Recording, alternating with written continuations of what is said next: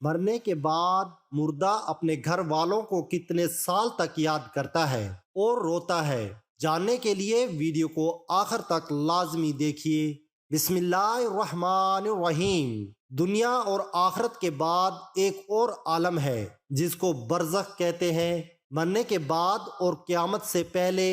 تمام انس و جن کی ارواح حسب مراتب اس میں رہنا ہوتا ہے، اور روح کہیں بھی ہو جسم کے ساتھ اس کا تعلق رہتا ہے۔ قبر پر آنے والے کو پہچانتی ہے، اور یہ کہنا کہ فلاں کی روح فلاں کے اندر چلی گئی یا اس نے دوبارہ جنم لیا، یہ عقیدہ قرآن و حدیث کے خلاف ہے۔ حدیث شریف میں ہے، جب مسلمان مرتا ہے اس کی راہ کھول دی جاتی ہے کہ جہاں چاہے جائے۔ سعید بن مسیب رضی اللہ تعالی عنہ سے مروی ہے، حضرت سلیمان فارسی عبداللہ بن سلام رضی اللہ تعالی عنہ باہم ملے، ایک دوسرے سے کہا کہ اگر مجھ سے پہلے کوئی انتقال کرو تو مجھے خبر دینا کہ وہاں کیا پیش آیا ہے۔ کہا کیا زندہ اور مردے بھی ملتے ہیں؟ یعنی فرمایا ہاں، مسلمان کی روح جنت میں ہوتی ہے، انہیں اختیار ہوتا ہے جہاں چاہے جائیں۔ کیا مرنے کے بعد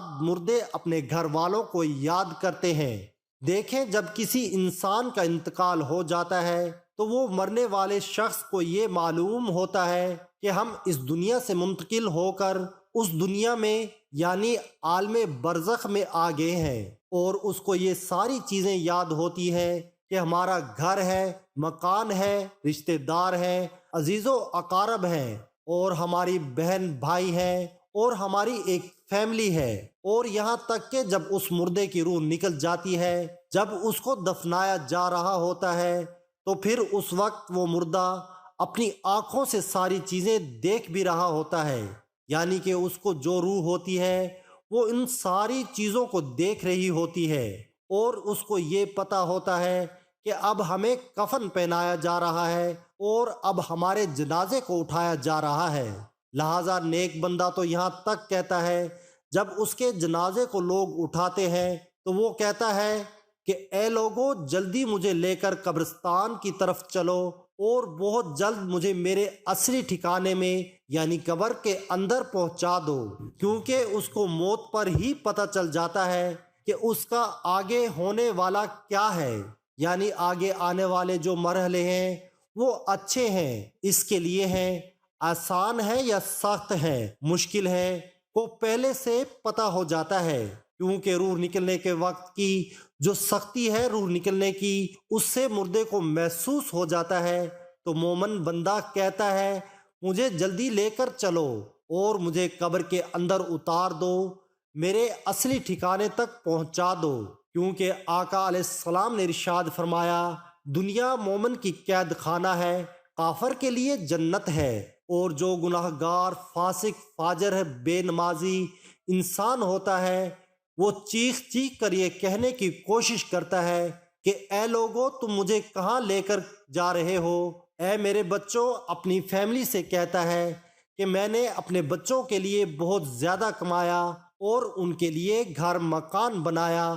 اور اب تم ہمیں ہمارے گھر سے نکال کر اندھیری قبر کوٹری کے اندر کہاں ڈالے جا رہے ہو؟ اسے بہت گھبراہٹ ہو رہی ہوتی ہے، تو وہ اپنی زبان حال سے کہنے کی کوشش کرتا ہے کہ اے لوگو، مجھے مت لے کر جاؤ۔ بہرحال اس کو جب قبر کے اندر رکھ دیا جاتا ہے تو اس کو یہ پتہ ہوتا ہے کہ اب ہم قبر کے اندر ہیں، اور ہماری فیملی ہماری پچھلی دنیا میں جس میں ہم پہلے تھے وہاں ہماری فیملی اور ہمارے رشتہ دار موجود ہیں، یہاں تک کہ جب کوئی انسان اپنے کسی مردے کے قبر پر جاتا ہے تو وہ مردہ اس قبر پہ آنے والے کو پہچان بھی لیتا ہے کہ یہ ہمارا فلاں شخص ہے۔ اگر باپ قبر کے اندر ہے تو وہ پہچان لیتا ہے کہ ہماری قبر پہ آیا ہوا ہمارا بیٹا ہے، ہمارا بھائی ہے، ہمارا رشتہ دار ہے۔ لیکن اگر وہ اپنے گناہوں کی وجہ سے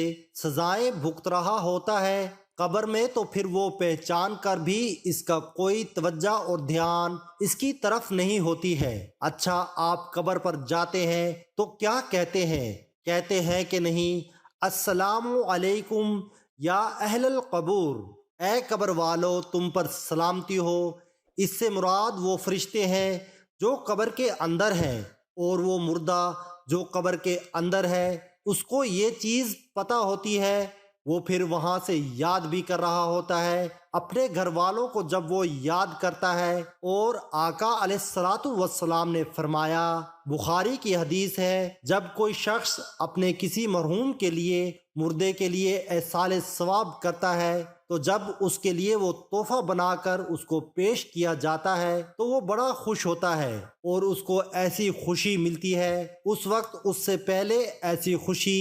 اسے کبھی ملی ہوئی نہیں ہوتی ہے۔ جب کوئی بندہ کسی کے لیے ایصال ثواب کرتا ہے جو اس وقت اس کو خوشی ملتی ہے تو بہت زیادہ خوش ہوتا ہے، تو بہرحال وہ اپنے گھر والوں کو یاد کرتا ہے۔ جو گنہگار بندہ ہوتا ہے اسے یہ دنیا بہت یاد آتی ہے کہ ہم بہت عیش کی زندگی میں تھے، کیونکہ اس کے لیے وہ جنت تھی۔ گنہگار کے لیے تو وہ بڑا عیش وہ سوچتا جو ہماری وہ زندگی تھی،